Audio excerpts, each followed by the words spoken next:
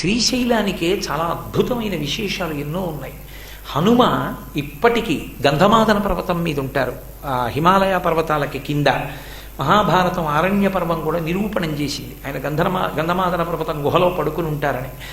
గంధమాదన పర్వతం మీద ఉండేటటువంటి హనుమ తన యోగశక్తి చేత ఒక్క శ్రీశైలంలో ఉండేటటువంటి ఓషధీస్వరూపమైనటువంటి బీరాకు మీదకు వస్తారు.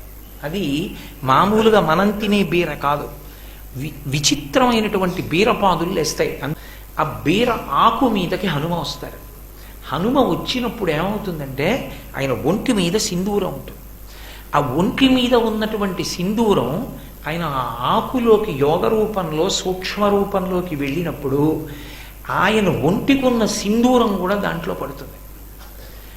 చిత్రం ఏంటంటే మీకు ఇలా ముట్టుకుంటే అంటుకోదు, కానీ లోపల హనుమ కనపడతారు, సింధూరం కనపడుతుంది. ఆ ఆకుని మీరు ఎన్ని శతాబ్దాలు ఉంచండి ఇంట్లో, అది మీరు ఇటు తిప్పి చూడండి, ఇటు తిప్పి చూడండి, ఒకేలా హనుమ కనపడతారు. దళం కింద ఉంటుంది ఆకు ఉండి, రెండాకుల్లోకి హనుమ వస్తారు. దాని గురించి పరాశర సంహిత చెప్పింది. హనుమకి సంబంధించిన రహస్యాలు తెలుసుకోవాలి అంటే ఉపాసనా రహస్యాలన్నింటినీ పరాశర సంహితలో చెప్పారు. పరాశర సంహితలో అరటి తోటలోకి తీసుకెళ్లి హనుమద్భక్తుడికి తెల్లటి బట్టలు ఇచ్చి పూజిస్తే హనుమ వచ్చి తీసుకుంటారని. అలాగే శ్రీశైల పర్వతం మీద ఉన్నటువంటి బీర ఆకుల్లోకి హనుమ పెడతారు. అందుకే దానికి హనుమద్బీర అని పేరు. మీరు ఎప్పుడైనా ఎవరైనా చూశారో లేదో నాకు తెలియదు, గోపాలకృష్ణ గారిని మినహాయించి ఆయన చూశారన్న విషయం నాకు తెలుసు, అందుకని ఆయన్ని విడిచిపెడుతున్నారు.